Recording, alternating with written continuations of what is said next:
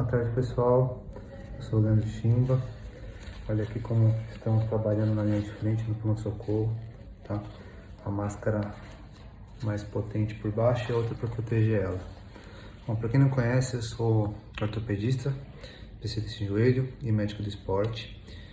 Eu vim aqui para, mais uma vez, como outros colegas já têm feito, alertar a população, né? Essa história do coronavírus não tá brincadeira, tem aumentado bastante. Hoje, só pela manhã, já vieram alguns casos suspeitos aqui no pronto-socorro, tá? Então, acho que assim, as recomendações básicas todo mundo já cansou de ouvir, né? Tá sendo divulgado em todos os lugares, graças a Deus. O que nós, profissionais da saúde, pedimos encarecidamente é que vocês fiquem em casa, tá? Isso é uma coisa muito importante para evitar essa transmissão comunitária, tá? Antes, o que a gente criava mais para considerar os casos suspeitos, hoje já é mais difícil de saber isso por conta dessa disseminação mais rápida, tá? Qual a importância de ficar em casa? A gente tem que retardar esse pico. Muita gente vai pegar essa infecção porque ela tem uma transmissão muito fácil, né? Como uma gripe.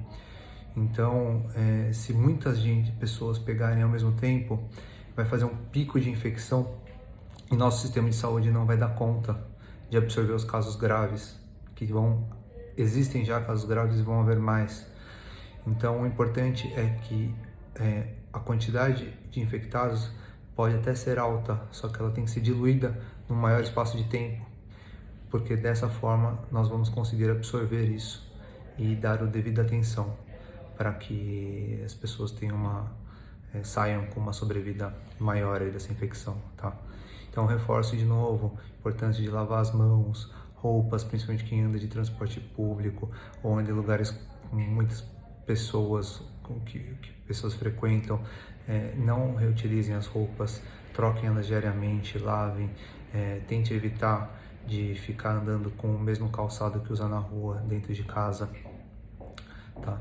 O álcool gel, importantíssimo, o álcool 70, que é o que vai ter uma ação melhor aí contra os vírus, tá bom? Eu vou falar também algumas outras coisinhas que acabaram me perguntando na enquete que eu fiz, em relação a tempo de durabilidade do vírus no ar e transmissão, tá? Foi feito estudo, tá? Então, assim, bem resumido, tá? No ar, como gotículas dispersíveis no ar, ele pode ficar vivo por até 3 horas, tá bom? Algumas superfícies de metal, como cobre, mais ou menos 4 horas, tá?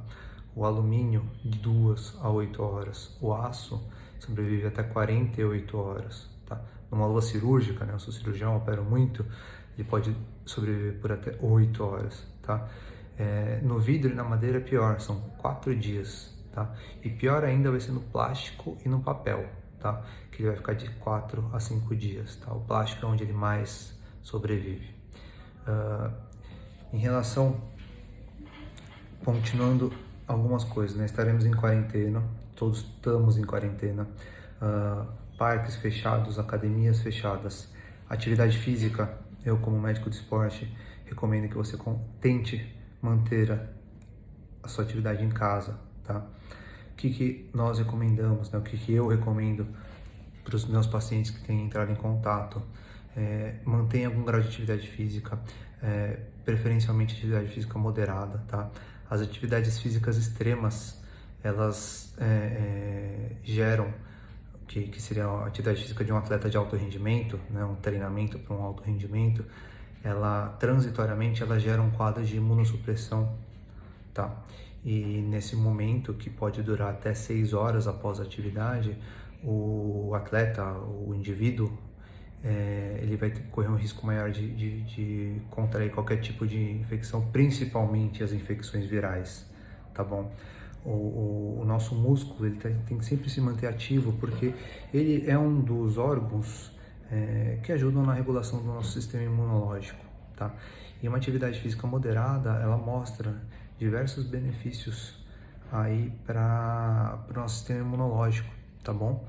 E o que é importante você fazer para ajudar o seu corpo a não ter essa imunossupressão. Você pode fazer para ajudar o seu corpo a se recuperar após uma atividade física e ter esses efeitos benéficos da atividade física.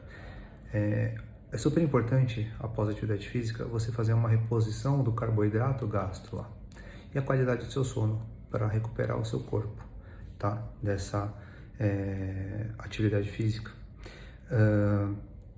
O que eu quero dizer mais em relação a isso, qual que é o principal efeito benéfico da atividade física?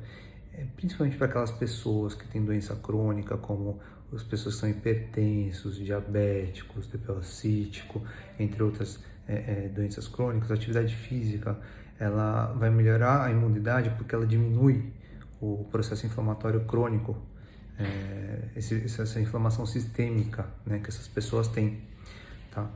E é uma inflamação principalmente relacionada a essas doenças crônicas. Então, por isso é importante. Além disso, libera o que todos já sabem, né, que as endorfinas. Então vai causar uma melhor sensação de bem-estar. Esse período que a gente está de confinamento é um período um pouco complicado, porque tem algumas pessoas que são muito ansiosas, depressivas, e esses quadros podem piorar. E a atividade física vai também ajudar a combater isso, tá?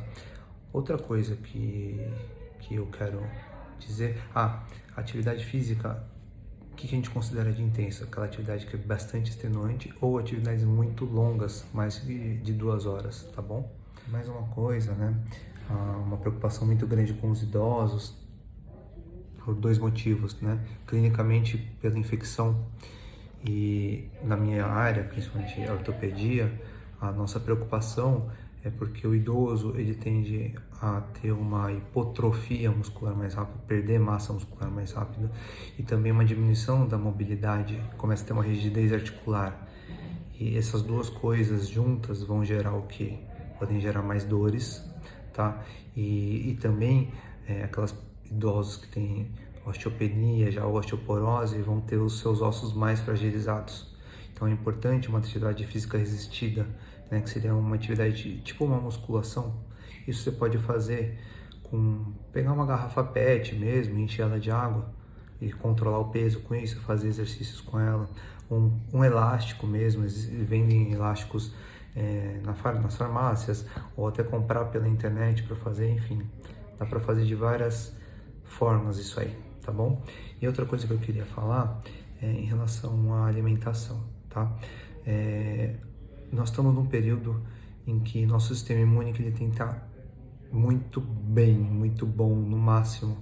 Então não é tempo de dietas restritivas, não é tempo de você se preocupar extremamente em perder peso, tá? O importante é se preocupar em manter o peso, tá bom? Então, não sei se tem nutricionistas ainda que estão atendendo, de repente podem dar orientações a vocês, tá? Mas nesse momento em que a gente vai ficar menos ativo por estar confinados em casa, é importante que diminua um pouquinho o consumo de calorias para manter esse peso, tá? E isso tem que ser proporcional ao tanto de atividade que você vai fazer em casa, tá bom? Em relação aos pacientes que foram submetidos ou serão submetidos a uma cirurgia, nesse momento a gente está recomendando mais que façam cirurgias só de urgências e evitem as cirurgias eletivas, tá? São casos, por exemplo, na minha especialidade, seriam casos de fratura, principalmente, tá? Então, esses pacientes pós-operatórios, o corpo, para se recuperar e refazer o tecido que foi lesado numa fratura, numa queda, enfim, ele vai aumentar o consumo calórico, tá? Então, ele pode aumentar de 1,2 até 1,5 o seu consumo de caloria, tá? Isso varia um pouquinho de pessoa para pessoa. Então a gente recomenda que você aumente sua ingesta calórica sem essa preocupação de que vai engordar muito, principalmente a ingesta proteica, tá? Hoje o recomendado para uma pessoa normal, tá? De 0,8 a 1,2 gramas por quilo por dia de proteína por peso corporal, tá? tá? E para uma pessoa que foi submetida a uma cirurgia, a gente tem recomendado de 1,5, pelo menos eu tenho recomendado para os meus pacientes, de 1,5 a 2 gramas de proteína por quilo por dia de peso corporal, tá? Para melhorar essa recuperação e ter menos chance de você estressar, gerar um estresse a mais por conta da falta de calorias e de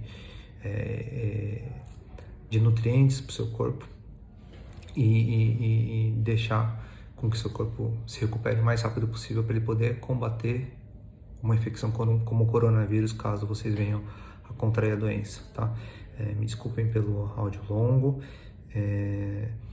Última coisa que eu vou falar, que eu vi nesses 2 últimos dias, né, principalmente após as declarações feitas pelo presidente dos Estados Unidos sobre algumas medicações que têm sido testadas, como a cloroquina e a hidroxicloroquina, entre outras, né, que são remédios usados para pacientes com HIV, que tem surtido algum efeito, tá? Isso está em uma fase ainda de análise, tá? Tem gente que está defendendo sim, mas eu queria pedir para a população não sair comprando isso, não sair tomando sem uma prescrição, sem uma orientação médica. Esses remédios podem dar efeitos colaterais gravíssimos, podem levar até, em casos extremos, né, até a cegueira, tá?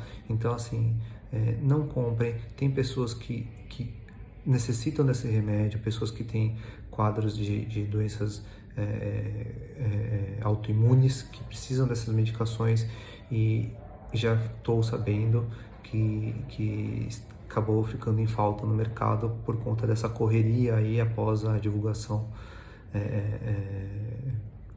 que esses remédios têm feito efeito, tá? Eu acho que era isso. Se alguém tiver mais alguma dúvida, estou à disposição, tá?